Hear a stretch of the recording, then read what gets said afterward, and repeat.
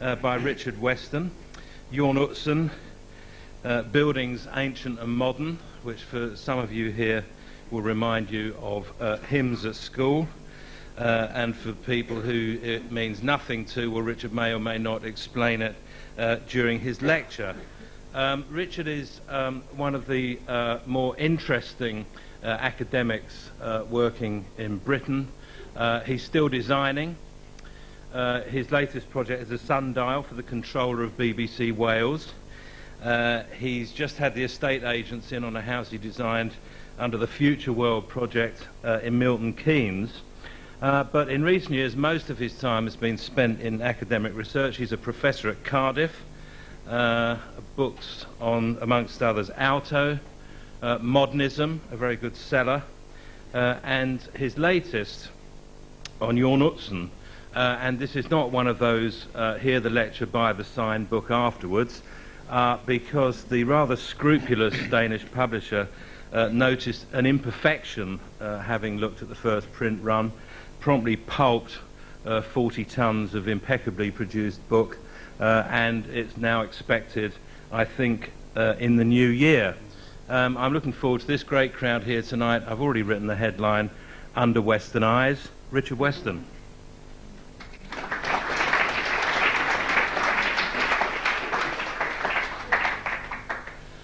Thank you, Paul. Yes, I sincerely hoped to have a book. I thought I would have it a year ago, and then I was told it would be in the spring, and then it would be in the autumn, and now it's next year. It's been an ongoing saga. We've been at this book for about 5 years now, and it's beginning to feel like building an opera house. Now, I guess Jrn Utzon, in one sense, needs no introduction, because he built the most famous building in the world, which I guess probably has the highest recognition value of any structure on Earth now, at least thanks to the Olympics, if nothing else. And obviously hugely well known, almost as soon, even before it was completed. And I want briefly, if I may, for those of you who are under about 35 or 40, unless you've read about Utzon, will know nothing of this saga. That's him on the right. Contrary to rumours, he's not dead. A number of people said to me when I started working on this, well, we thought he was dead. He hasn't designed anything for 10 years, and that's a house for himself, which indeed he's photographed in there. But at the age of 38, he won the competition for Sydney. And that's a pretty young age to win a commission for a building that big, and it is a very big building. It's one of these modern buildings that is not smaller than you expect, it's bigger. And it's an enormous building. And he won it, of course, with a very famous design for so-called shells, which turned out not to be shells. And he discovered once he'd won the competition that there wasn't really a client, and there certainly wasn't any money, let alone a budget, and the whole project was just a dream. It was a dream and a fantasy from the very beginning. And it was in particular the dream of a politician, a Labour politician, who they say his only known pleasure was a day at the races. But for some reason he decided that what Sydney and New South Wales and indeed Australia needed was a great work of architecture, a cultural centre, what he called a people's palace, to put them on the map, because they feel desperately forgotten down under there. And back in the mid-50s, when this competition was conceived, hardly anyone would have had a clue of anything down there. And this man, Joe Carl, had this dream along with the kind of musical circles in Sydney. And they pursued it, and they got their competition, and then they decided, how on earth are we going to raise the money? And they got various operatic stars to agree to be kissed, and people paid to kiss them, and daft things like this. And they thought they could get all the money like this. Eventually they made a lottery, and they got to get a budget. At the same time, Joe Carl knew that if this building were not started before the next election, and the opposition Conservative Party, known as the Country Party, were elected, they would cancel it instantly. He also knew that he was dying of cancer, and he might die even before the next election. Certainly the prognosis was that he wouldn't live long after it. And so there was an enormous rush to get this project on site before anyone, Utzon or O'Varap and Partners, the engineers, had a clue how to build most of the building.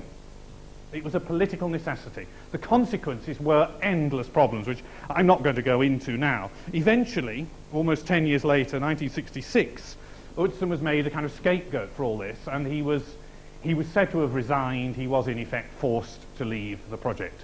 And it then fell to another committee of architects to complete it. The Queen opened it in 1973, And by then, it's the kind of, it wrote the book on how to overshoot your budgets.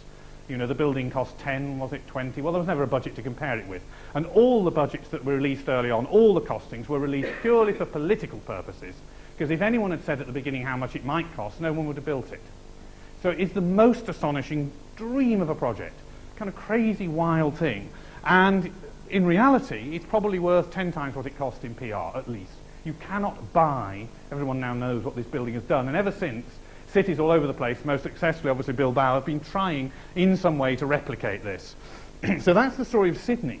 The reason why, if you go down into Derek's extremely well-stocked bookshop, you will find only one fairly modest book on Utzon's whole career, is that ever since then, really, Utzon became something of a recluse. He went back to Denmark and was told architects who kick down their clients' doors can expect no work in their own country. He got one project with the church, which was actually in effect a private commission. He got no work from the Danish government. He found work enormously difficult to come by. And when his friend Otto von Spreckelsen, who did the Grand Arch in Paris, died due to heart failure, due to the strain of the work, he decided, that's it.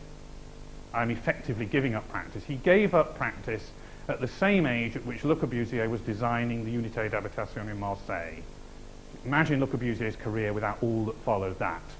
All we have since that age from Utzon is two houses, of which I will show you one at the end of the lecture. So there he is now. He was 82 when we took that picture. He's now 83. And that man with his black hair with his back to you is the mad publisher. A one-man band and a kind of force of nature. So that's really how the book came to be. He rang me up and said, would you like to write a book on Utzon? And I said, it's impossible, because Utzon will never talk to anyone. And he said, he will. I said, you mean you've got permission? He said, no, but he will. So I said, how do you know he will? He said, my quality will win him over. So I thought, well, now there's an interesting... Paul has described to you how obsessive he is about quality. The man is crazy, completely mad, but he's fantastic. And he has made this book happen, and it took halfway through the process of actually researching, getting to know Utzon's former staff, going very gently into the thing. Eventually a phone call came from Majorca and said, when are we going to talk about this book? You must come. So we said, yes, Jrn, we're on our way. And so we've since then been fully involved. Jrn Utzon himself has been fully involved in, I mean, not in the writing the book, not in even necessarily choosing the illustrations, but commenting. You know, obviously we've interviewed him, and he's commented on every page in terms of layout, his own feelings about it. Most of it he's very happy. Very few changes, but obviously there have been a few interventions, all of them I think pretty much for the good, apart from certain little silences that perhaps will await, you know, another book in another time. I think the most interesting conversation, single most interesting and memorable conversation with Utzon came actually after the book was finished, but not published, obviously. He rang me up when we were very nearly finalising the very final chapter in terms of layout, and he said, I heard a very interesting interview yesterday on Your World Service, which I thought was rather generous of him. And he said, Mr. Gary was on for a very long programme explaining how he designs. It was very interesting. He explained how he makes exactly what he wants, he forms it like a sculptor, and then he gives it to the engineers and says, now you build it. And there was a pause, and he said, is it clear in our book that I'm a different kind of architect to Mr. Gary? And I think what Utzon meant in his terms was he's a proper architect.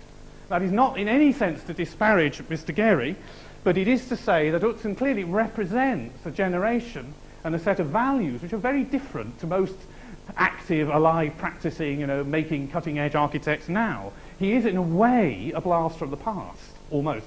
To me, at the age of late 40s, he's living history. I remember Sydney opening. I remember the Bagsvaerd Church being published. I remember his wonderful housing when I first encountered it as relatively new stuff. But obviously now there's a whole generation of younger architects who've never even heard of him. I spoke to one who's teaching now in a very well-known, distinguished British university. He said to me, he's a one-building wonder. Why are you bothering with him? And I said, oh, I think he's the greatest living architect. Oh, really? What else did he do then?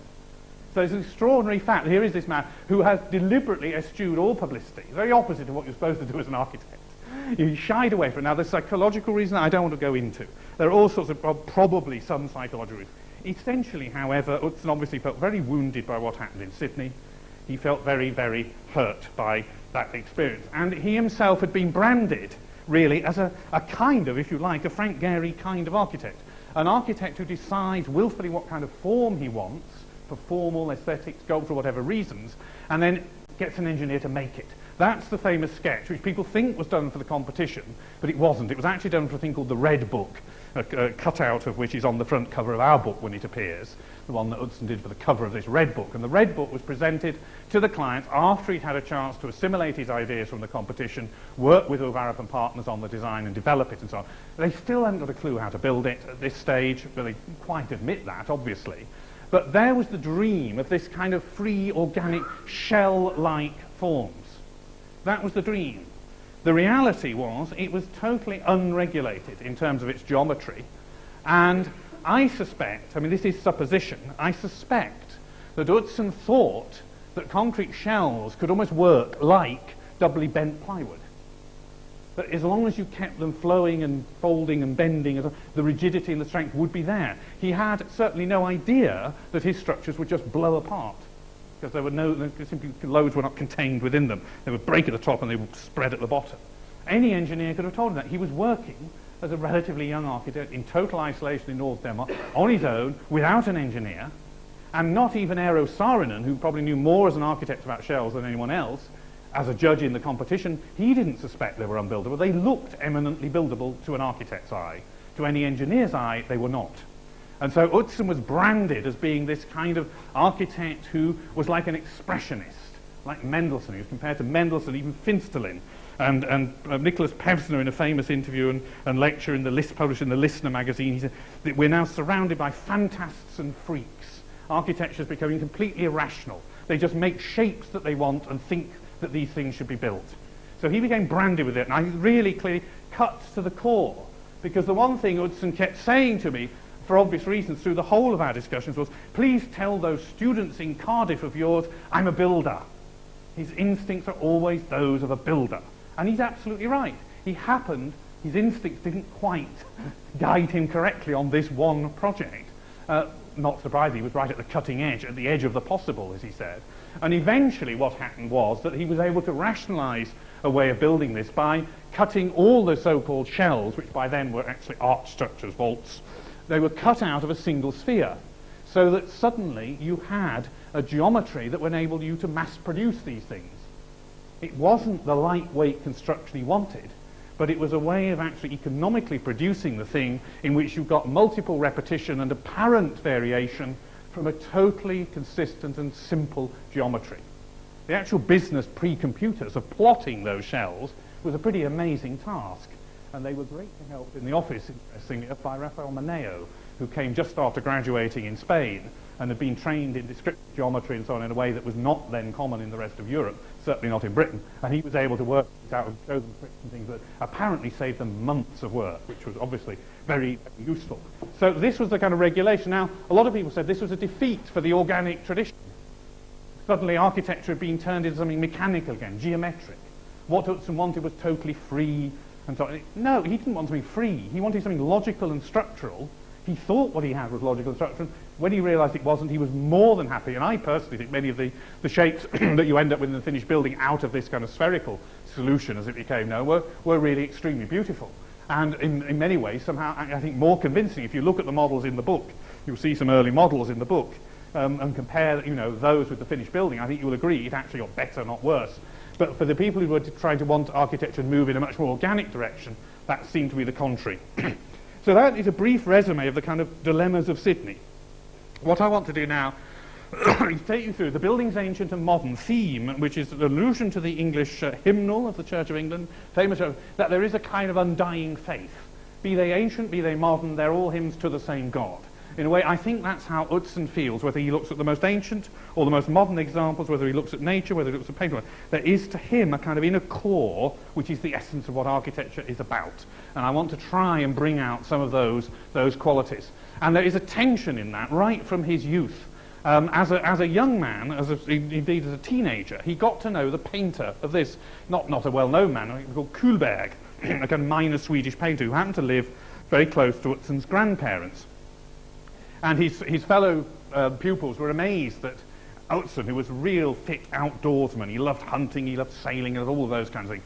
Utzon actually really enjoyed spending hour after hour after hour with this kind of mystical painter up in his attic studio, listening to these kind of weird and wonderful speculations about the nature of the universe and light and the meeting of heaven and earth and sky and the melting of light and all, water and so on. And that is a very vivid, strong part of Utzon's temperament. That is the element, if you like, of a kind of fantasy world, of the dream of lightness, of the clouds, of so on. We'd see that coming through. But it's always regulated by an absolutely practical sense of what is possible.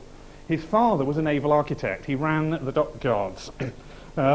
He was famous for designing yachts that went faster than most other people. Had a minor international reputation of his own as a yacht designer.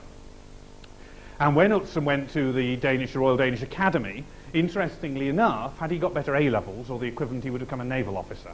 But because he did so badly, he ended up as an architect. An interesting lesson there. He went anyway, and one of the most influential teachers at the Danish Academy then, a very well-known name, Stein Eiler Rasmussen, some of whose books, including the great one on London, remain obviously in print to this day. And Rasmussen in 1932 had edited a catalogue for an exhibition on British applied arts. And as Adolf Loos at the turn of the century had been praising the kind of English taste as the essence of a kind of refined and elegant, functional kind of taste, in the same way in the 1930s in Denmark, they looked to England and to English products, traditional products, like these 18th century Wedgwood teapots, as models of elegant, functional design. And he will tell you that there's a geometry in here, the place is poor perfectly, they're well balanced, they don't drip, they're beautiful, timeless, seemingly timeless, essential forms. And that was the strong part of what the Danish Academy taught Utzon. He was very taken with that approach to design, that it was all about essentially a kind of functional approach. When he graduated, he started working with an engineer, because he didn't want to work for others after he'd done his initial sort of apprenticeship. He decided to set up on his own with almost no work. And he initially worked on water structures on an island, Bornholm. No, is it Bornholm? I forget. No, it's not Bornholm, sorry. Yes, it is Bornholm. Sorry, my Danish islands, I get muddled. This is Bornholm, where the Germans had made a bit of a mess of the water system. And then the Russians came in, and the German officer wouldn't surrender to the Russians. He said, I will only surrender to a British officer. And it got messed up, and it needed a lot of infrastructure. And this engineer, who Utzon had been at school with, a man called Preben Vistisen, had a number of commissions, and he asked Utzon to kind of refine things. And he remembered, he's now the same age as Utzon, and he said to me, we had to design this water tower. And I remember Jrn said, well, we have to hold something in midair. The easiest way is three things: a tripod. So we do the most straightforward functional solution. And it's also a kind of watchtower and so on. And that on the right, I mean, it's very difficult to explain this as architecture, I guess. I think in Utzon's mind, maybe this was a kind of pagoda, and you'll see he was obsessed with pagodas in a minute. And I think also here, very definitely, there is a kind of Wrightian articulation, because there's a continuous frieze of glass blocks that runs all the way around, so that the solid concrete roof with its funny little kind of pitched edge seems to visually float. And he just added a number of sort of refinements to these very modest buildings. By 1953, he was building this house for a client who made lamps, or worked for the company that made lamps that Utzon designed, Milbo House, near Copenhagen. And he invented a system of construction which is really very intriguing. Double columns, one rises to first floor, one rises up to support the roof, and beams that simply rest. That's all, they just rest. There is no fixing, they're just held by gravity. And he worked on this almost entirely from, I think, sort of 100th scale drawings, just layouts and dimensions. And the contractor asked for some details, apparently, on site.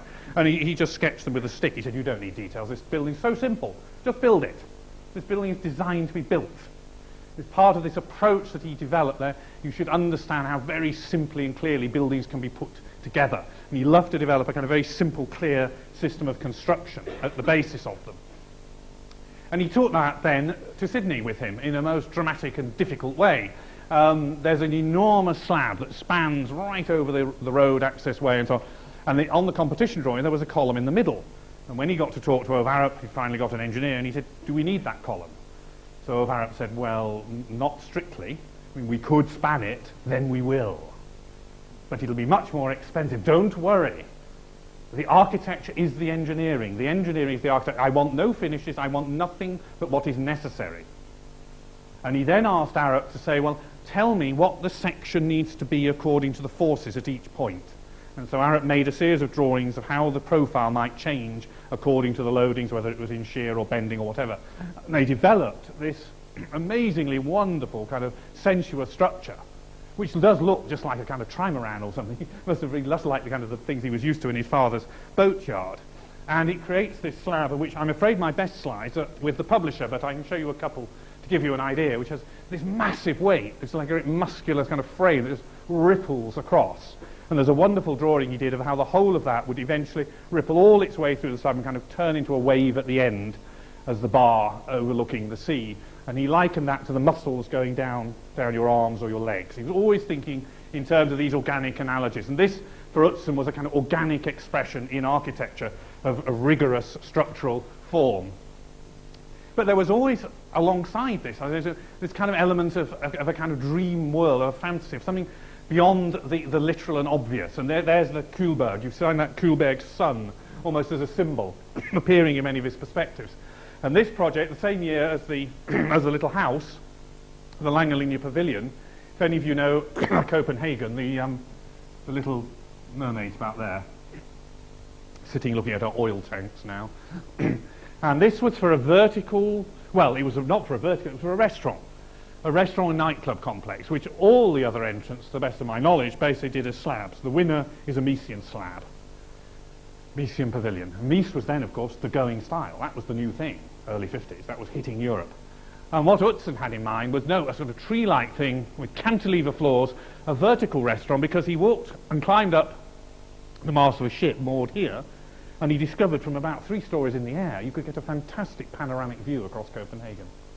And so he realised this would be an enormous asset. And at this stage in his career, it was probably the project that really announced his presence with his own house, which I'm not going to show you because I don't have any good slides of it. It was under wraps when I was there. It was this project that announced his presence as someone to watch in architecture. The jury gave it what's called a purchase. They gave him a bit of prize money, but it wasn't a prize winner. And they said it was an extremely interesting idea, but far too fantastical to be realised, or something like that. It was a little bit far-fetched, you know. How could you run a restaurant like that? They said, well, that actually worked out some very good ideas for how you would run it. But what was behind it all was really two images, interrelated images.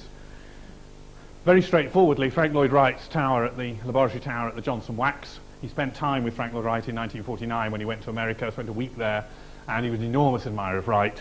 And the idea of a core with the cantilever slabs like a tree-like structure, that was certainly an important idea. Equally important was the Chinese pagoda. He was obsessed with Chinese architecture, amongst others.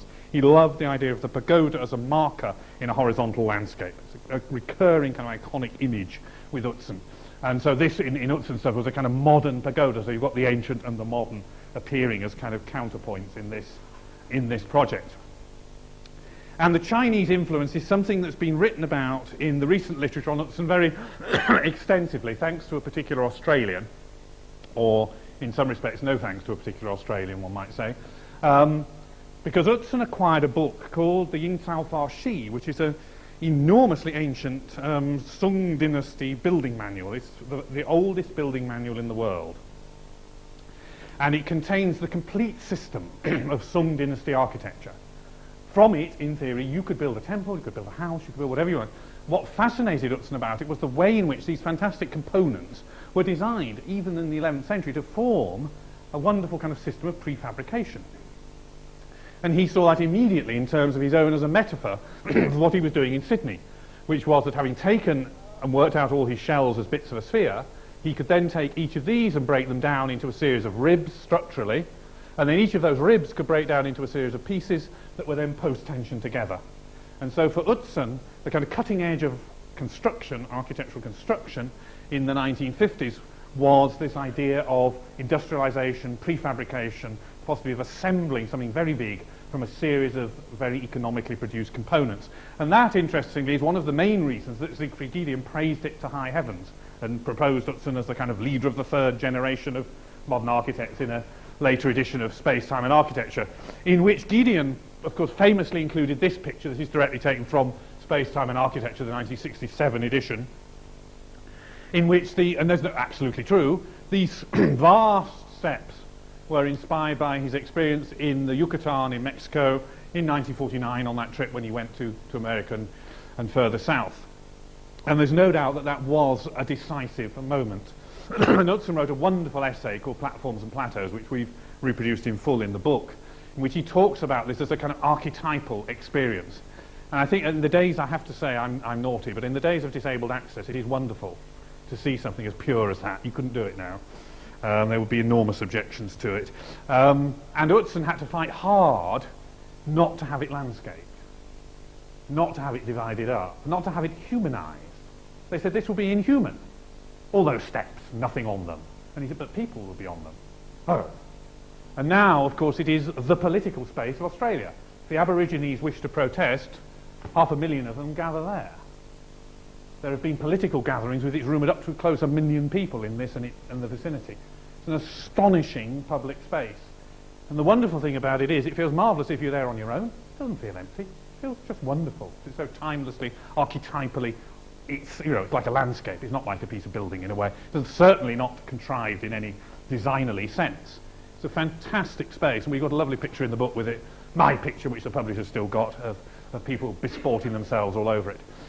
And Utzon related this very strongly to this kind of archetypal idea of the Acropolis, the idea of the special place for the special building, for the public building set upon something that was itself rather like a piece of artificial landscape. So this platform was thought of as a kind of rock-like form on which you then set. And he related it to Greek sites. He was actually looking at photographs of Greek sites from the air when he was designing Sydney. And that's not terribly difficult to see when you see the plan. One of the things people tend to forget about Sydney, because you just concentrate on the kind of beauty of all this sort of fanciness, is that actually the platform is probably architecturally the more powerful thing. It certainly is an astonishing plan. It was the only plan of all 233 entries to put the auditoria side by side. And in doing that, it made possible an experience that made sense. If you imagine with a theatre back to back, either with one foyer at the far end and one foyer here, or foyers trapped in the middle and servicing right at the other end, it'd be a nonsense. Here, they come in, they service underneath, and they service upwards, and you move, as he said, from, just like the Greek theatres, you leave the city, metaphorically, you process out, you ascend, you enter the auditorium round the back of the back stages, then at the interval you progress further through and you go to the bars which overlook the bay, which you haven't yet seen, which is one of the great places, on earth. And then you return to the theatre, and then after the performance you return back to daily life and you kind of decompress. So it's a wonderful sequence. It's the only way of making sense of the site, given that you've got to put 2 auditoria on it. It meant that you've got to service it from below with all sorts of clever mechanical devices and so on. But Utzon knew that had been done in Europe. He wasn't an amateur in that sense. He was looking hard at how this thing could be done. And he knew that in Germany there were engineers, theatre engineers, who could do that. He then, of course, famously kind of summarised his thinking with these series of sketches. The idea that his architecture in some way was about the dialogue between heaven and earth, between clouds and sea, between the floating, apparently floating, graceful, heavy, but graceful roofs of Chinese temples in which the columns seem to disappear and they sit on a platform. This is an image from one of his own projects called the Elveria in southern Spain. It was a wonderful project that never happened, and that was a kind of image associated with what Sydney might be about, the procession of people underneath the kind of hovering canopy of cloud-like shells. Equally important to China, and I think actually far more pervasive and evident in his work, something which has never really been talked about before, I think, is the influence of Islam. Certainly not, people know a bit about it in relation to wing catchers and things, which we'll see in a second. The idea of tiling the opera house was there right from the beginning. It was always going to be tiled. And I have no doubt that absolutely, definitely came from the tiling of the mosques and minarets and so on of a typical Islamic settlement, in which you have a mud brick, earth-created, earth-made base, above which you have these wonderful tiled reflective forms that engage in a dialogue with the sky. And we'll see a little bit later what kind of a dialogue that is. And if you look at something like this image, and I tell you it's related to that, you're probably saying, well, it's not obvious. When the book is out, and I'm afraid I don't have the picture at the moment either, you will see that what people have supposed was shadow on here is actually gold leaf. And the original drawing is entirely covered, and its underside as an indication of the preciousness of that experience. And that, again, was a response to this feeling of the gold trapped within the tiled exterior, which he saw in the great Islamic works. He was also fascinated in the very nature of these so-called Meccana vaults and these early sketches for the interiors, none of which were ever realised, and these were superseded in his own work, as we'll see in a sec. But these were absolutely directly inspired by those fantastic Islamic vaults. What he eventually ended up with was a series like this, and the derivation of those we'll see in a few minutes. And everywhere you look in his work, there is this sense of the timeless permanence, building in of everything.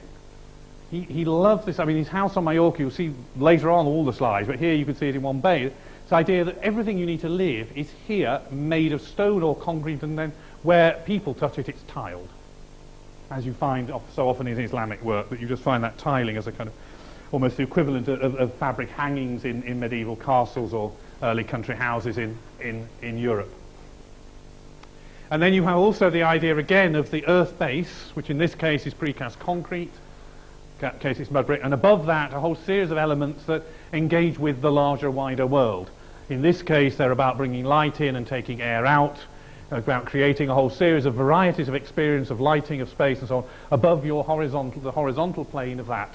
And you'll know from Islamic settlements there's a real sense of a kind of continuous mat of stuff, above which then there's this other world generated. And that as a theme comes through in so much that Utzon does, and you see it even in the courtyard houses, which are themselves of course very Islamic, the introvertedness of them, and the way in which he then channels everything that needs to go through the roof into those marvellous cubical little kind of roofed chimneys. So all of that, if you like, this is kind of the ancient, a whole series of things, archetypes from ancient architecture that directly informed everything he did. But at the same time, as Le Corbusier and as Louis Kahn were doing after the Second World War, Utzon wanted to be absolutely renewing architecture. He wanted to make cutting-edge architecture that had elements of that timelessness about it, but at the same time was exploiting the very latest possibilities in construction and form and so on. And the key influence here, undoubtedly, is Le Corbusier, and this is something that has never been discussed as far as I know before. And it isn't, I'm pleased to say, it wasn't just entirely because I got to meet him, because we didn't actually talk about it. It's interesting. People don't talk about the most important things often. Utzon will talk about Frank Lloyd Wright, about Mies, about but you have to draw him on Le Corbusier. Yes, interesting. This is a project never previously published, very minor sketch design done over a weekend for a little place on Majorca for children who'd suffered from polio. It was the idea of his mother-in-law. His mother-in-law was the wife of the surgeon to the royal family. And I think you can see a kind of relation to, late Corb here.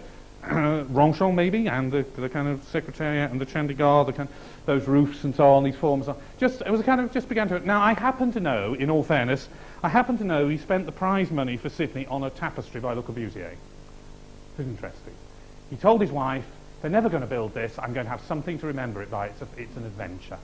We'll have a tapestry. Then he bought another tapestry by Le Corbusier a bit later, after and you remember those backstage walls that you would process towards in Sydney? Le Corbusier agreed to provide enormous hangings, like Chandigarh, to go there.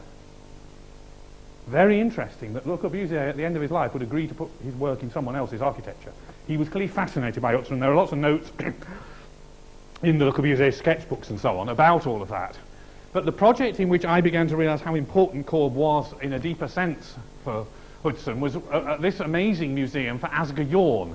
This is Asger Jorn playing at being Picasso, and this is just some images to sort of key you into the kind of nature of the beast we're looking at, of this Silkeborg museum, which sadly was never realised. They've realised something later which is totally unmemorable, unfortunately.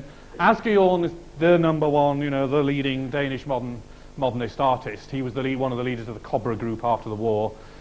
And his work is really very, I think, fascinating, because it hovers on that boundary between abstraction and figuration. That it looks at one moment like it could be some kind of pure American abstract expressionist, and then suddenly all kinds of figures, birds and animals and creatures and beaks and eyes and things begin kind of popping out at you. So there's this game going on of what is it exactly we're looking at? Well, we're looking at paint, but obviously it's kind of, he made these great ceramic reliefs, which was on the right. And Utzon was asked to design something which would house both enormous sculptures, paintings, ceramics, all kinds of things, might be covered in ceramics. And he was asked to do this in a way that would challenge every aspect of conventional gallery hanging. Asger Jorn did not want his work hanging in a normal way. The deal was, he would, if they would pay for the building in his hometown of Silkeborg, he would leave all his collection to the town. It's the kind of turn a bequest idea. So they were very keen on that idea. He's a major artist, and he had a very large collection, not only of his own work, but of other leading Danish artists and indeed international artists. And so Utzon, one of the inspirations, indeed the only one he talks about in his text for the project, was he visited these amazing caves in China. And he said, here's a kind of sculpture, and you experience it like this. You walk around paths like this. You touch it, you feel exactly what Asger Jorn wanted. He wanted people in contact with his art. He didn't want them just standing back and contemplating it. So that was the beginning. These galleries were going to be offering that kind of experience. And Utzon said, a whole new way of making a gallery here. And they were, they were getting on all right. Obviously, the discussions were going fine. And Asger Jorn said, look, I need an idea for this gallery now. So he sent him something like this, probably without the kind of internal blood system. He sent him some blobs of paint squeezed between a glass slide. Said, there's the idea for your museum. So you can imagine, even a painter would be saying, really? And this went for a year without any drawings. That's all he got. Here's the idea. Now, that's actually the, the final. But you can see there's a kind of linkage, obviously. There's a kind of linkage there. And Utzon loved playing with these kind of other materials. There's this very famous drawing he made in salt. This is in salt, table salt, poured from a salt cellar and pushed around. He demonstrated. John, remember, you were there. He demonstrated this on, yes, I showed, like this. Very nice. Very nice. He did things in sugar. And there's a nice paper in the RIBA's refereed Journal of Architecture by the Australian I alluded to earlier, which says that Utzon is a kind of Picasso-like figure. And he was in a restaurant with one or two of his staff, and suddenly he had the inspiration for his museum. And the only thing he could draw with, because no one had got a pencil, was salt. So he drew it on the table, and they borrowed a tourist's camera and photographed it. This is an improbable story. When you think, who got the film? Did they post the thing to him? Would he need to photograph any if he knew what it was in his head? But this was the moment of inspiration. This is, of course, complete, proverbial nonsense. This was done after the project was finished, like all the best preliminary drawings. And it was done for fun on the office table. And the chap who's now a bit younger than Utzon, who was the project architect for the Louisiana Museum as well as for Sydney, said, that's lovely, Jorn, I'm going to photograph it. And he's now become a kind of icon of Utzon's free creative spirit. Utzon was a builder. He reminded me every time we met. And all his staff said, this idea he's some kind of artist is nonsense. He just solved problems like any architect. He sat and solved problems. He worried about things. Well, of course he had great ideas, and the idea was actually the bubbles of stuff. Well, was it? Where did it come from? We shall see. I was then struck by the kind of correspondence in just very general morphology between that and that famous little sketch of Le Corbusier of how to build a church out of rubble, left over after a fire, which is in the notes and sketches for Ronchamp. And I thought, it's the kind of same form world. I'm not saying it's in any sense copied, but there are similarities which are interesting. And then you begin to look at others, and you think, well, my goodness, yes, a bit family-like, those things, a bit more kind of organic and, like things out of a fire, you put kilns and chemical works and things more than the Corb's cone. And then you think, oh yes, ways of letting light in, those famous 1910 Hadrian's Villa sketches that Corb dredged up again when he was doing Ronchamp. And you think, well, there's something not dissimilar in terms of mode of thinking here. And a colleague of mine then mentioned this rather obscure project by Le Corbusier for St. Baume. Never realised, unbelievable thing, with underground caverns filled with ramps. And a little cave where Mary Magdalene is rumoured to have lodged for a while. An extraordinary thing with light shafts and so what. And that drawing isn't even by Corb, it's by the client. Corb did a fair amount of sketches on this, but the best known one is really actually by the client. I thought, well, that's kind of interesting, isn't it, underground? Yeah. And then you look at the housing for the St. Baume project, and it's a very early version of Corb's repeated barrel vaults, like the Rock and Rob and Jaillou houses and so on. It's very early. And just to the side over there are circular hotels, and the roof of Utzon's thing is a series of barrel vaulted elements going into the reverse, which form kind of gutters. And I thought, this is interesting indeed. And you sort of end up with the finished product, and you think, my goodness. well, that's really rather obviously Corbusier. And I thought, why has no one ever said this before? And knowing how sensitive Utzon is about influences and so on, because of all this nonsense that links him to the expressionists, about which he knew nothing or cared probably even less, I wrote all this down and I sent the chapter to him, as I sent all the chapters, and he rang me up and he said, thank you for the Silkeborg chapter, Richard, which I think is rather good. So I thought, oh, aha. And then he didn't say anything about any of this. He then talked about remember about Asger Jrn and this and that and the other, Jrn and Jrn. He offered to change his name to Asger, which was very helpful. So he talked about this, and then about 2 or 3, 4 minutes into this conversation, he said, oh, and by the way, all the references to Le Corbusier are correct. So you thought, ah. And they just kind of proliferate. But like all the great ones, he steals, he doesn't borrow. There's no sense in which this is derivative. This is a tour de force of original formal creation. But I have no doubt at all in saying that the fundamental key in my mind to understanding what Utzon was trying to achieve, where he saw himself in the, the trajectory of modern architecture, was right there, bang in the middle, taking on the Corbusian mantle. If not the Corbusian mantle, at least the Corbusian form language. The idea that architecture was going to be more poetic, a more free-form, a more exploratory, formally expansive, etc., etc. And I think if you look in some ways for the language that you find in here of form and so on, in a way you find it most potently in the Corbusian paintings and graphic work. And it's very interesting in the correspondence, because Utzon bought 6 enamel plates to go on the wall from Corb as well. And in the very last letter that's sent from Corb to Utzon, it's typed by the secretary very formally in the French manner, and Le Corbusier signs it. And then at the end of it, there's a handwritten note after that saying, thank you very much for your interest in my graphic work. Because, of course, no one would take Corb's graphic work seriously. They thought he was a third-rate or at best second-and-a-half-rate painter who shouldn't be wasting his time doing all that stuff. He was, he should be doing architecture. That's what he was good at. And so for someone of Utzon's evident talent to be taking his graphic and painting and other work very seriously, obviously was enormously satisfying to Corb at the end of his life, and that letter was written not long before he died. And I wouldn't want to push this too far, but that's an image from the Poème de l'Angledois, which Utzon owns one of the original lithograph editions, I believe. And this idea there of the kind of aerial form floating above a kind of sculpted earth base and so on, it is not a million miles. I don't think there's any sense of a kind of derivative copying or anything like that. There's a sense of a very similar sensibility. When Utzon writes about the experience of rising up on the platforms in the Mayan sites and merging above the jungle and seeing it like an ocean before him and discovering the vastness of space, you read exactly the same in Le Corbusier's description of what he called Arab cities and what he called grand large, this kind of sense of vast space.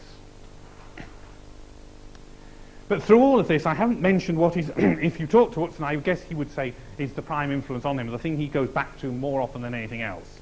And all his staff would confirm this, and that is nature as a model. He was obsessed with the idea that you can find a solution for almost any problem if you look hard enough at nature.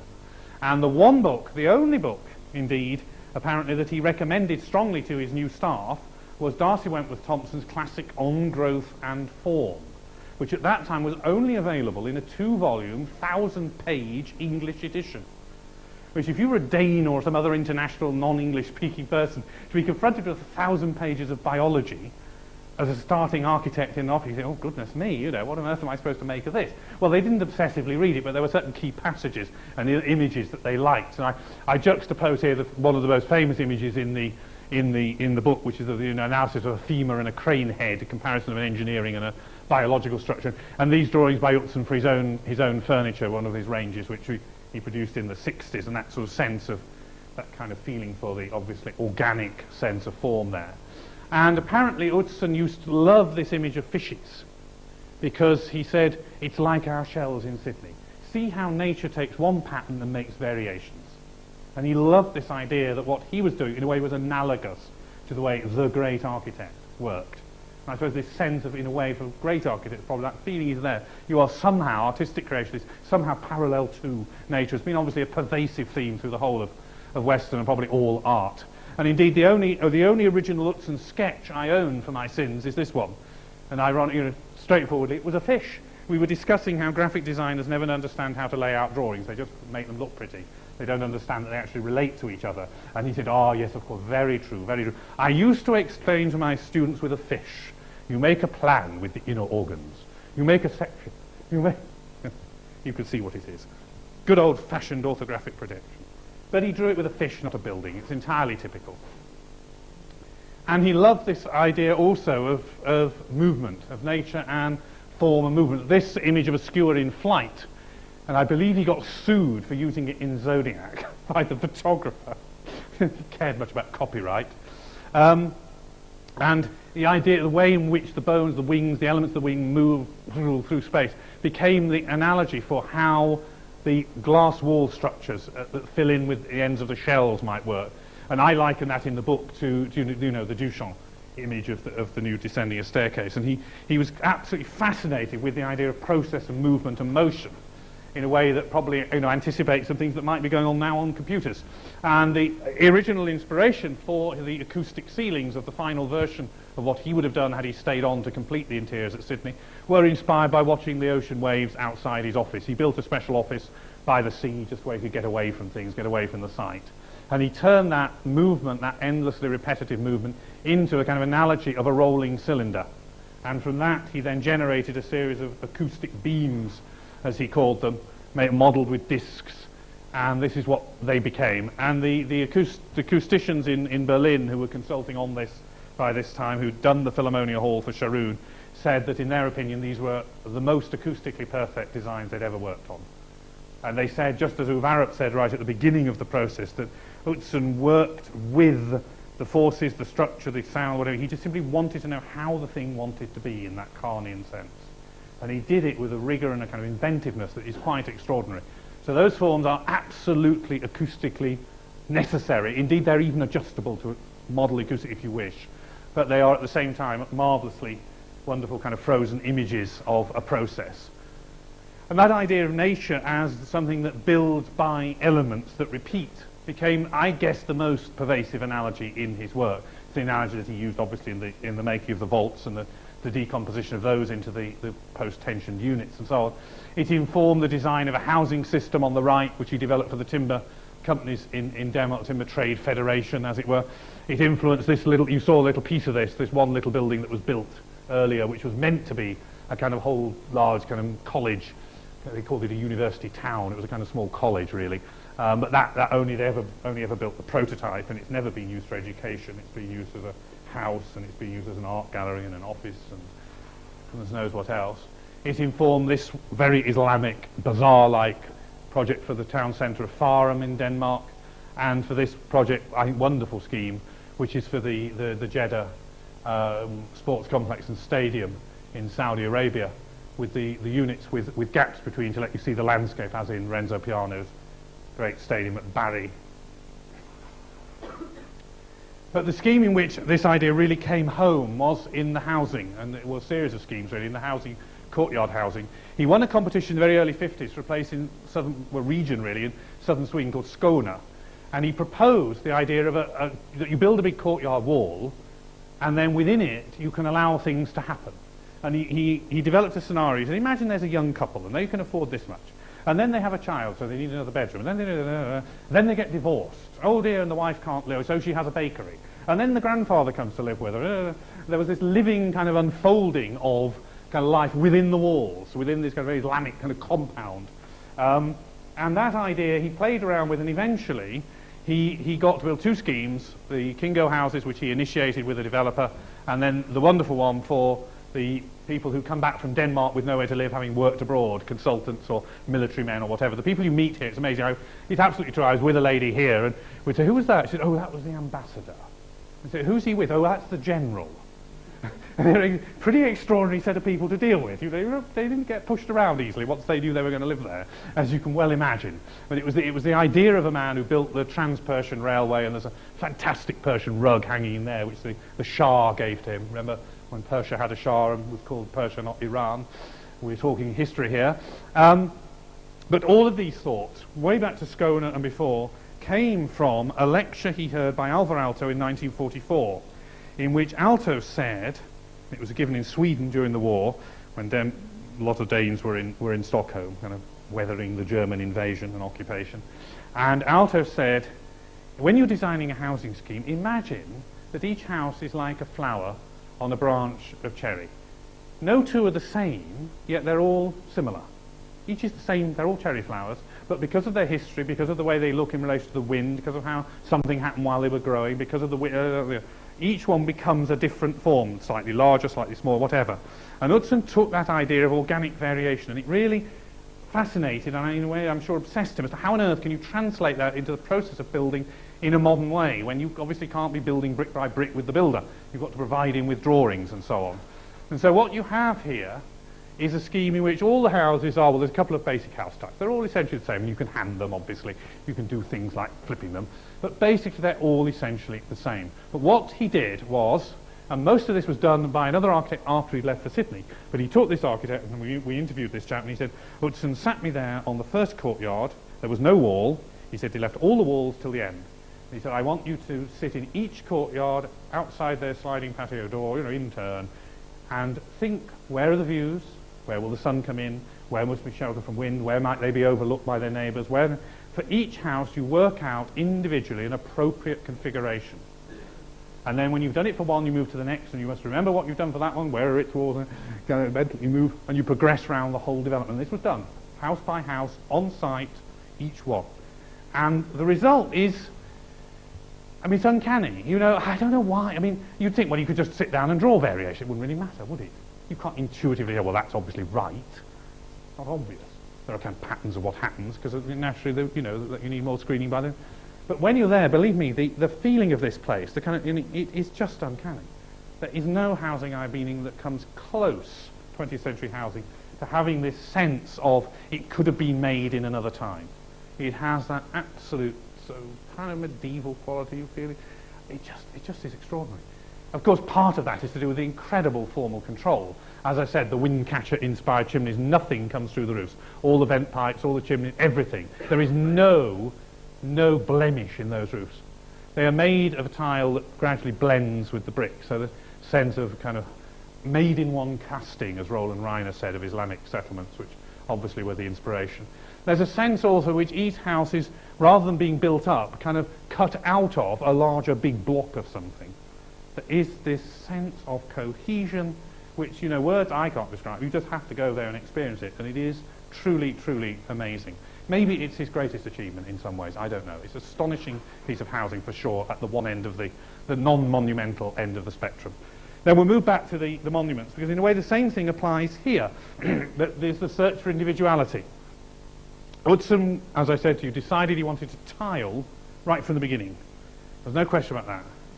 What that tile was to be became the subject of 3 years' research with a tile company in Sweden, Höganäs, who eventually got an order for over 1 million tiles. So it was, good order. A bit more than your average bathroom, anyway. And what Utzon wanted, he knew from the beginning, but how to get it, he didn't know. He showed them Japanese half-glazed ceramics. He said, it's going to be like the difference between your skin and your nail and how you see your skin through your nail. It's going to be like fallen snow on previously frozen snow, which is bobbly. And then the wind blows it away, and you get perfect smoothness next to a shiny, more rough, wobbly, irregular surface. He had all of these ideas, and they were just endlessly, they were trying to work out how to achieve this, and eventually they did by including bits of broken up tiles and stuff into the mix, and the way that it was dragged by the wire and all this. Eventually they got this quality. And then he had to solve the other problem, which was how on earth do you make a pattern that will fit these amazing tile lids, as they became known, on these spherical shells. And what they decided was that you couldn't cut the glazed tiles. So all the tiles that are cut are matte. All the glazed tiles are always whole. No two are the same because the process varies, and as you move past them, the way they ripple and flash is quite extraordinary. They really are amazingly wonderful kind of surface. And that simply is it, and you only repeat it. Let's repeat it endlessly. All the shells, all the same. And yet this surface just comes alive in the light in a way that nothing I've seen really quite rivals. Quite extraordinary. Interestingly enough, one nice little story, that it would seem blindingly obvious that you put them on diamond fashion. It wasn't. Not to them anyway. They'd got them the other way. And apparently, it's absolutely true, so I had this independently from Utzon and from his assistant. They were at the tile works, and they decided it was a beautiful day, they decided to walk round to the waterfront, And in the distance, Utzon saw the tile work manager of the factory coming along with Sealed Leverentz, who was one of Utzon's heroes, the great Leverentz. And he said to he said, when the master arrives, we must bow. So that's Leverentz, they did a deep bow. And as they bowed, Utzon saw diamond-laid, cobbled, granite thingies, and he said to Mogens Pritboefs, our tiles. Absolutely true. The prepared mind is always looking, he's out there. And this is what they said. Every morning he went out in the forest to get his mail. It was miles from his where he worked. And he'd come back. I saw this tree this morning. Maybe we could. Always some idea was out there waiting to be found. The result is extraordinary. He had the idea that it was to be like alpenglow. He said, I want it, because it's a very dark harbour. It was the thing Saarinen said to him. Don't make your building dark. It must be light. And Utzon said, no, I'm going to tile it. It must be reflective. Because actually Sydney Harbour is quite dark. And he said it would be like the glow on mountains. This was right from the beginning, very early on. He had this idea. And it would glow after dark, as the way that white snow holds the light and reflects it back. And its responsiveness to changing light is just extraordinary. And these pictures, I can assure you, are not tricks of film and camera. They're just how it is. They're very straightforward pictures, and I don't think the film exaggerates, quite honestly, They're taken about an hour apart from the same hotel room.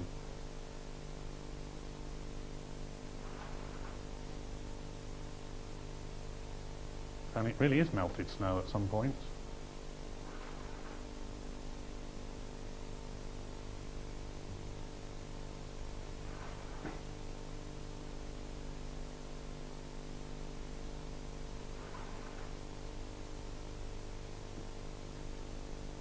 And what is really fascinating is this kind of dialogue that you get. And again, my two best pictures of this are with the publisher, but you get reflected back into the shadows from the opposite shells, pools of sun, just flashes of sun in the shadow. So the interplay and all of that changing all the time as the sun moves and as you move just makes this the most magical composition. And yet it's all the same. All the same surface. And perfectly spherical. Every night they had to survey in the next day's fixing points. And those dimensions were taken, not easy to survey on a spherical surface, those dimensions were then taken to one of the two computers in Sydney that could actually crunch them. I think it was the electric company. And the next morning it came back with a series of shim packing dimensions. So the fixers went up, fixing number 7, right, 4, and they just had to work their way up, and then the final lids at the top were cast from surveyed dimensions.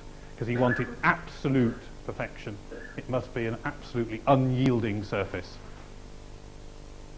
This is the one major public building he got to do in Denmark, the Bagsvaerd Church, just north of Copenhagen,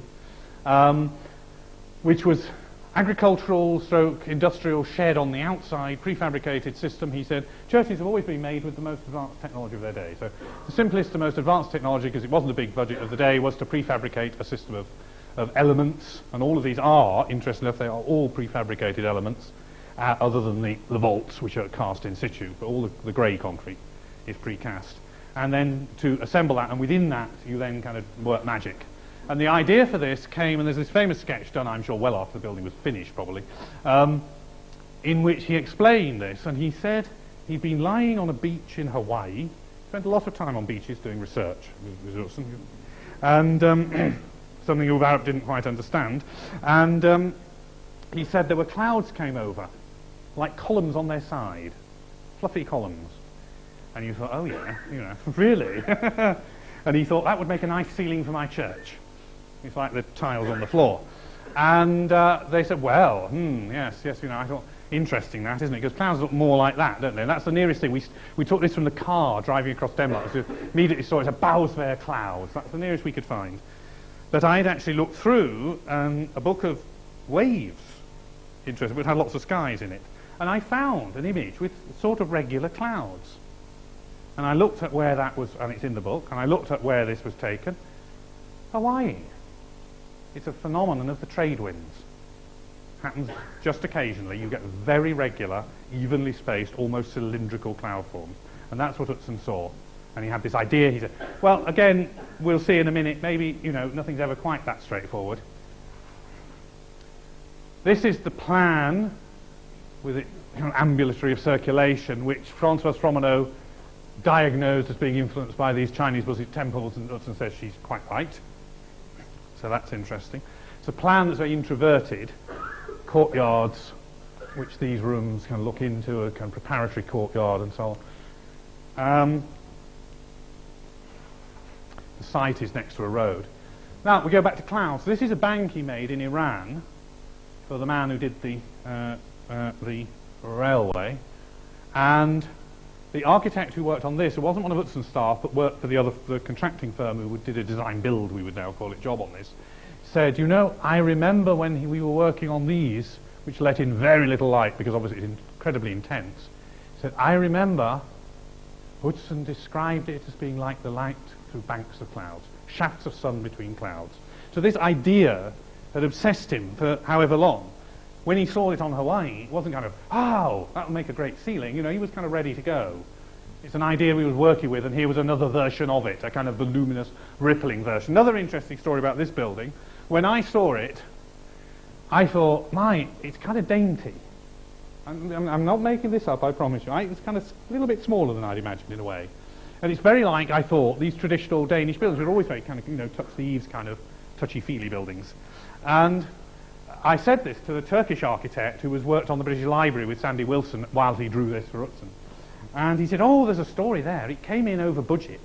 And Jrn said, just send it out and have it reduced a bit. And so they just sort of reduced it a bit. And they recosted it, and it was on budget. So he said, right, that's fine. And they had to adjust a few things in section. Minor adjustment. He said it didn't affect very much. Very interesting. It's just a kind of slightly compressed version. And it's very nice. It's very real. You know, there's this kind of, we can be too precious about these things at times. All of his influences are kind of assimilated and absorbed here. That's a photograph on the right taken by his best friend Guy Grung, who died tragically young, a very able Norwegian architect. You can see the kind of, well, I don't need to point out things to you, do I? The marking that mark the kind of creasing lines within those walls, and then the, you know, the framing and the kind of, all of these things are really obvious. That's a Chinese interior on the right. This is Utzon interior on the left. Totally introverted. You get no view of anything until you enter the church. No views into the courtyards, only from the rooms. So the preparation for entering the church is entirely, totally self-contained. The only light you see is heaven. And then you enter, and it's like that. And he finally here got to make his thin vault. The concrete ceiling is the structure, and the roof is just propped up off that. It's a kind of reverse of the normal suspended ceiling idea. It's a kind of propped up roof off a structural ceiling. And very beautiful too. A lot of people find the thing on the right a bit too like daisy blocks and say, oh, it's too busy, and maybe it is a little busy. But this is really lovely. He doesn't force everything into a line because that's the proper height for door handles. And doors should be only a sensible height, so you just break it. You know, there's no need to be kind of precious about preserving some kind of artificial, designerly thing. And again, he said something wonderful about this. It's not in one interview I had with him, but an interview that was published in a Danish magazine. He said, in this church, you have the reassurance of something above your head, which is built, not just designed. And I guess that comes back to the Gehry issue in a way. That's doing the work, and somehow your guts know it, your brain knows it, your eyes know it. Don't know how they know it, but they do. They sense the kind of work and effort, as you do in a Gothic cathedral or so. There is that sense of space being spanned, of Gideon called the vaulting problem, which is why he was so taken with Utzon, obviously, that Utzon was taking at Sydney this kind of idea, what Gideon thought was the great challenge of contemporary architecture. He said, we haven't invented the great vault yet. All the great periods of architecture are defined by their great vault, the way they span a big space. And Utzon was absolutely fascinated with ways in which you can span a big space. Finally, his house on Majorca, his first house. He doesn't live here anymore. It says in the Masterpiece, a book by Philip Drew, which is in some ways quite an interesting book, albeit with errors on nearly every page, because he didn't have access to Utzon or close associates, so it's not surprising he tried to write a very detailed kind of biography of Utzon. It says he left this because there was a Club Med, and the noise got too much. It was actually the noise of the waves. Far more kind of ordinary, but as they got older they found this extremely difficult because the waves would break right over these cliffs at Point the spray would reach there, and they found it very, very noisy. These are what he was asked by Dennis Lasdon for his book Architecture in an Age of Skepticism to send the working drawings for his house, and that's what he sent. Now, there were working drawings, and if I had, some of them are in the book, and you'll see links back to that little school building with the thingies, and there's interesting links back and how he took away and took away and took away to get to something very simple. But there was never a correct drawing until our book, and John Pardee in the front row here produced it. because the ones that published were done by some Spanish students. It's a very good drawing in some ways, but it ain't right. It's not right in some interesting ways. But that drawing sums up the essence of the house, which is a kind of mechanism for confronting the landscape. And that's the published plan. The house, Utzon said, it's like, I imagined an ideal rectangle descended on the site and then broke up, fragmented on the rocks, and reconfigured itself in relation to the terrain and the horizon. That's how he described the genesis of the plan. This piece has the kitchen and dining and bits in it, and you live outdoors and eat outdoors there. This bit you sit and contemplate the sea and nature and the universe, and then you sort of family bits of the different units of the family can have different bits of kind of independent bedrooms and things at the end. But it's interesting in the way in which it's wrong. If you look at this element here, it's a semicircle and it's at 45 degrees to the room. In reality, it's slightly more than a semicircle, and it's at no angle to the room other than whatever they made it. Because a lot of this house was built on site. And you can find here remnants of column bases that they kind of know it's in the wrong place. So he worked very closely with the workmen on this, and a lot of the basic design was configured before he set about, obviously, setting out drawings, setting out on site. But detailed decisions certainly were made on site in relation to what felt and seemed right. And that's the famous idea of the outer building and then the building within it. You'll also notice on the published drawing, if we went back to it, that those are square. In actual fact, they're piers, and you can see very clearly they were just built, and then he added a bit, because he decided he needed more of an emphasis towards the horizon rather than allowing the views to leak out too much sideways. And I must say, when I saw, it's astonishingly Mediterranean. For a northern architect to go to Majorca, and the Majorcan government have just published a book on these two houses by Utzon, where I'm showing you the one, saying this is how to build on Majorca. This is Majorcan modern architecture. And it took, as he has a book inscribed by a very well-known Majorcan architect, it said, it took you to show us our own stones. And a friend of mine and colleague at Cardiff who's Greek, and I showed her this, she said, I cannot believe it, it's so Mediterranean. This is the most Mediterranean house I've ever seen in the 20th century. And that's Crete, and there is that spirit of something ancient and timeless about the way you simply make things with stone. And Utzon's very proud of the fact, quite rightly, that it is made entirely of the bits and pieces you buy down the local builder's merchant. All of these things are standard. Everything he's used is entirely standard. Stone is entirely standard. Blocks, like concrete blocks almost, but they're stone. The only thing that's different is that he said don't rub away the markings where the saw has cut, because they give it its own history, its own memory. Just retain those. This is the approach, very modest, very humble, could be a little kind of vernacular bit of village or something. You then open the door and there's this half moon, no symbolism, it's in Half Moon Street. And then you enter, you get what Christopher Alexander would call a Zen view, for those who know the pattern language, number 1, 3, 4. Phases of the moon here, turn right, and you enter what is really just a piece of architecture to frame the landscape. That's Utzon just having fun, I think. Kind of like a stower or something. And it does a good job of framing. I like very much the way this sort of benchy thing is actually a remnant of as if this has been cut away again. And it's not put at some quirky angle to show it's clever. Just straightforwardly orthogonal. But it clearly evokes something of the spirit of a kind of archaeological site. Carnian slice of the sun, which nature provided very nicely. Then this is the outdoor table, which has a kind of tablecloth of tile draped over it. And you see when you get the raking light, the quality of the cuts and the feeling you get from that. It's just absolutely wonderful, the glow of the late afternoon sun on that. Then you move back from there, through into this little courtyard, into which a whole series of doors can open, so that it's a continuous space through into that volume that we were looking at the plan of a few minutes ago, which is, of course, the living room, and you enter that space.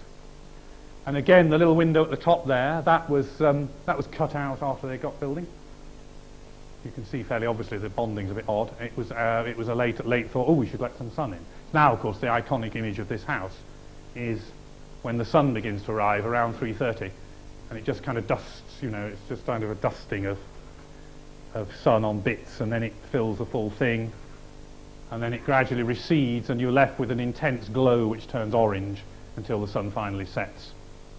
And that's the game, that's what the house is all about. It really is a mechanism for observing the landscape.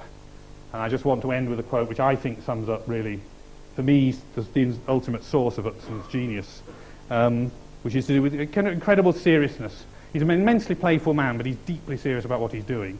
And there's a kind of reverence, which is why I alluded to the English hymnal in my title. He said this, he actually wrote it about his new house, but it applies, I think, even more powerfully to this one. He said, "It would seem theatrical if I said that I have a household altar.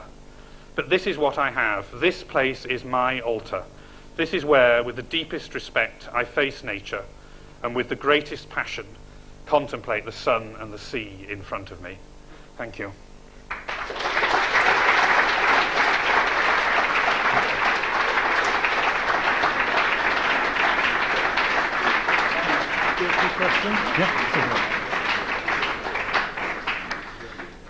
Richard will take a few questions, perhaps 10 or 15 minutes. Would anybody like to kick off with a question or a comment? Yes, please. The Kingo housing, I visited when they were just about complete. Can you remember what the dimension of this sort of big square was? 50 meters or something? It's about 15, isn't it, on Kingo? About 15 metres. John, you know, you've drawn them. I mean, I think Kingo's smaller. The originals were 20. The Skåne houses were 20. But they got smaller. Because the problem is a big wall is blooming expensive. For a young family to build a big wall is kind of half the budget goes on the wall. You know, that was the problem that they hit. But I think Kingo gets down to, I mean, they're not all square. I think it gets down to as little as 15 in one direction. I'm not sure. So I thought they were marvellous. They were, as you said, very Islamic. Yeah. And all those fellows didn't make sense. Yeah. Richard, can I ask a general question? How is Utzon regarded in Denmark? I mean, he's obviously, in a sense, reclusive, but I mean, is he reclusive in sort of Garbeau sense that he's very, very famous and people try to beat a path to his daughter, or do they leave him alone? Yes, very interesting question to which there isn't a simple answer. Utzon has been, I think Utzon is very un-Danish. Jacobsen is the quintessential Danish architect, an absolutely immaculate designer. And I've just reviewed the new big Jacobsen book, which is in Derek Shop, wonderful book. And in there, apparently, Jacobsen, at the age of about 50, went to see the young Utzon's house in 1952 under construction. And he looked at it and said to Utzon's father, "Hell, he's better than I am." And Jacobsen, interestingly, knew. Now, Utzon, I think, is just too big for Denmark. Always was too big for Denmark. He was always seen as somehow, clearly, a formidable and amazing talent, but somehow not quite Danish. Always got his eye on something bigger. He actually ran his office in English. And he denied this, but his staff assure me that part of the reason was he wanted to escape the kind of tittle-tattle of Danish culture. He was always knew he was an international player. And I think, therefore, there's been a very uneasy relationship. I mean, the Danish government gave him no work. The Danish Association gave him no support. So as far as Utzon's concerned, it's a very, very difficult relationship. But he remains, at heart, deeply Danish, deeply Scandinavian. Although he lives in, the Majorca for the bulk of the year. He goes back every summer to Denmark. Now, he's been given their thing called the Sonning Prize, which is their version of the Nobel. It's given to anyone from any sort of discipline. And I think he's the only architect who's been given that. So they know that they've got a major cultural asset. And they're trying to muscle in on our book and like to do an exhibition. Couldn't we do this? Now you've got your wonderful book. Now you've spoken to Utzon. So it's a really strange position because the publisher is a very, as you can imagine, alternative, edge of culture kind of figure. And he's saying on our terms, you've neglected Utzon for 20 years. If you want to do anything with him, it's on his and our terms, not yours.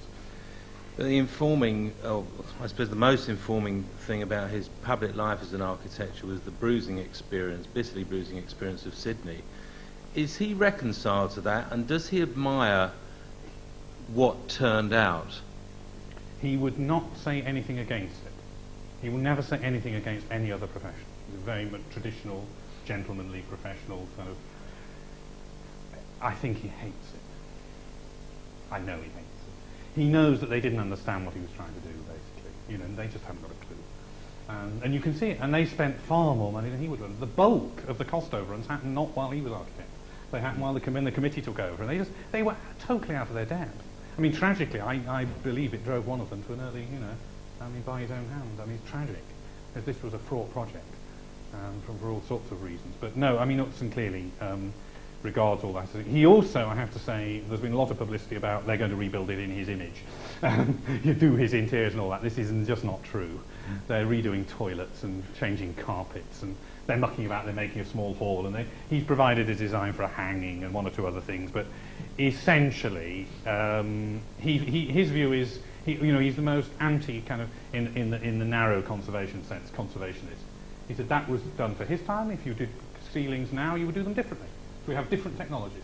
The whole of his design was based on the fact that there was a plywood factory just down water that could make 15-metre long sheets of plywood. They were the biggest sheets in the world by a mile. And he thought, well, fantastic. We make something astonishing with them. Arabs didn't know how to calculate plywood. They wanted to do it in steel. There was an awful... I won't go any... It would be embarrassing to go into detail any further as to what exactly that all led to, and it isn't in the book, but... The Opera House is retiled, or is in the process of being retiled? Only bits. Bits. Okay. Yeah, it's basically okay. It's just, it comes off at the edges and odd problems. At the moment, there are no major, as far as I know, no major problems. Yeah. Yes, please.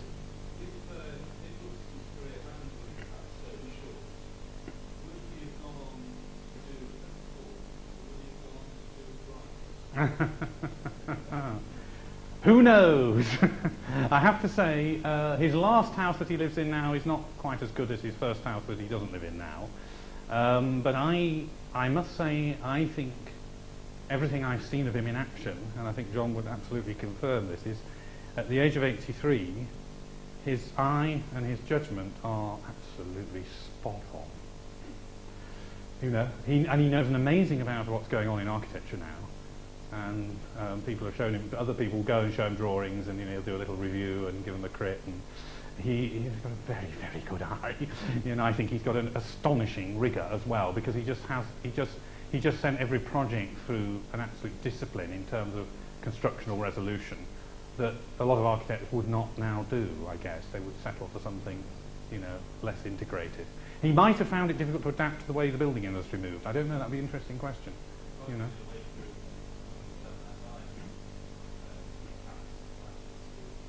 Yeah. I mean, he's very like Corb, I think, because if you look at his work, you can't guess one project from the previous one, except that you can see continuities once they happen,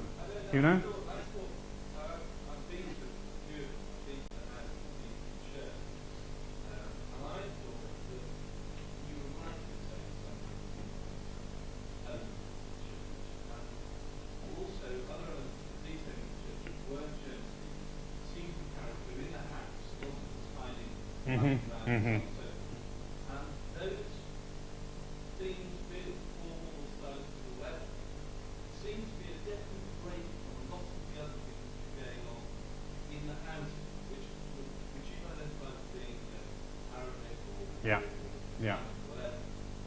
They seem to be a lot more fun, but they also seem to be a lot less rigorous and defined. Yeah, I would agree with you. Yes. I cannot speculate with certainty. What I can tell you is there is an interesting phase where Utzon Senior hands over to Utzon's sons. He has two sons who are architects, and one of them now has a daughter who's an architect. It's a real dynasty. And Utzon is such a kind of committed family man, and always wanted to help set his own sons up and give them and he gave them the opportunity to be project architects. His elder son on Q8, which I haven't shown. Certainly his elder son also had a big role in Bagsvaerd, and even more so, both of them on the Paustian building, which I don't particularly like. And I have a feeling that there is a very generous father there allowing sons to do things within a building that perhaps under his total control wouldn't have happened. That's my guess. I think that's my guess, because I think by that stage, even by the church, he was beginning to get pretty tired at an emotional level of, the conception of that undoubtedly is his. The basic constructional system undoubtedly is his. The bulk of it undoubtedly is his, but I know some of the detailing is by his son. But just where one takes over and the other, I don't know. Gentleman in the middle, please. Pretty quick. You probably have very good reason for not mentioning us to show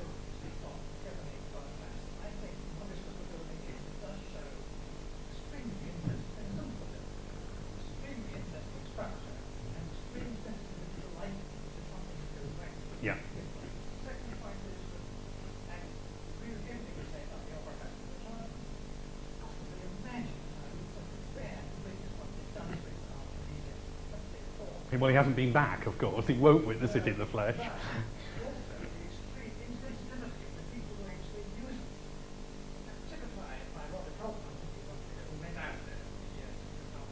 Mm.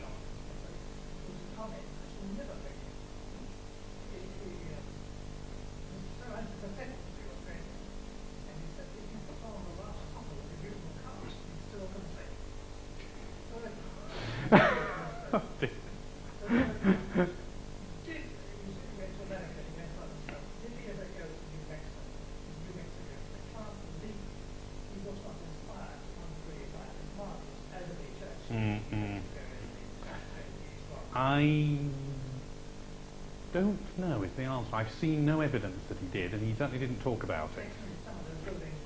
But that's, they are, yes, absolutely. Yeah, no, you're right. We'll ask him. That's one interesting question. We will ask him. Thank you very much for a brilliant lecture. Thank you. Please. Just, could I ask you whether he was a man of independent means?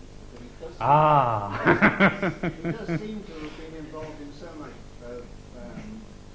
emotional, Yes. visionary sort of Yeah. output that people don't pay very much. The answer is He doesn't give him many jobs to that sort of thing. no. I mean, I don't know the full answer.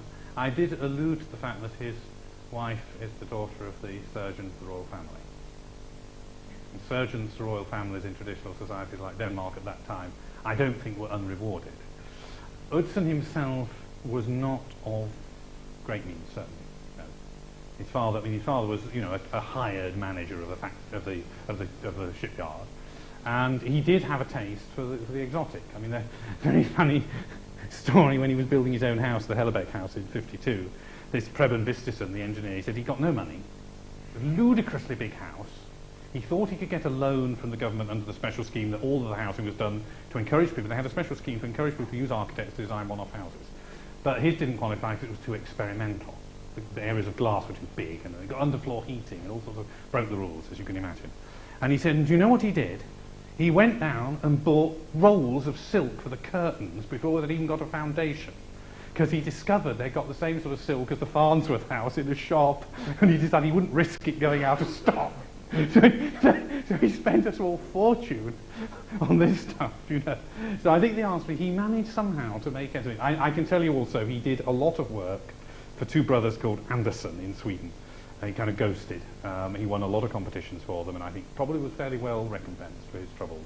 They then took them and built them horribly, and he just put it down to experience and the cash. So that's how he supported himself in the early days.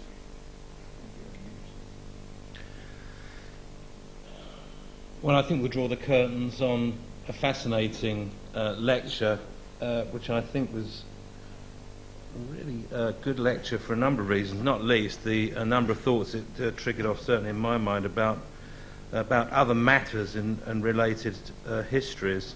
So here was a guy who hadn't really worked with engineers before, who was working sort of on his own, and yet the thing he made, which in value terms as absolutely outgunned by a factor of 100, 200, 1,000, whatever the initial cost was, is responsible for making Bagsvaerd for the first time use mainframe computers because it would have been impossible to calculate how to make this thing work otherwise.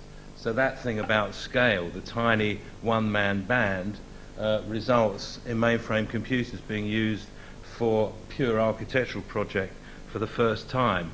I think there's more psalms than hymns, actually, on that kind of hymnal model. What a fantastic thing, Denmark looking to England for design inspiration. Those really were the days.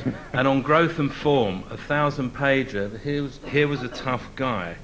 And I think that to hear a lecture where the frames of reference extend from Chinese architecture through to discovering and divining almost certain links with Corb, stolen, not plagiarized, as you say, in the best sense, makes this a lecture which I think is a kind of model of historical research.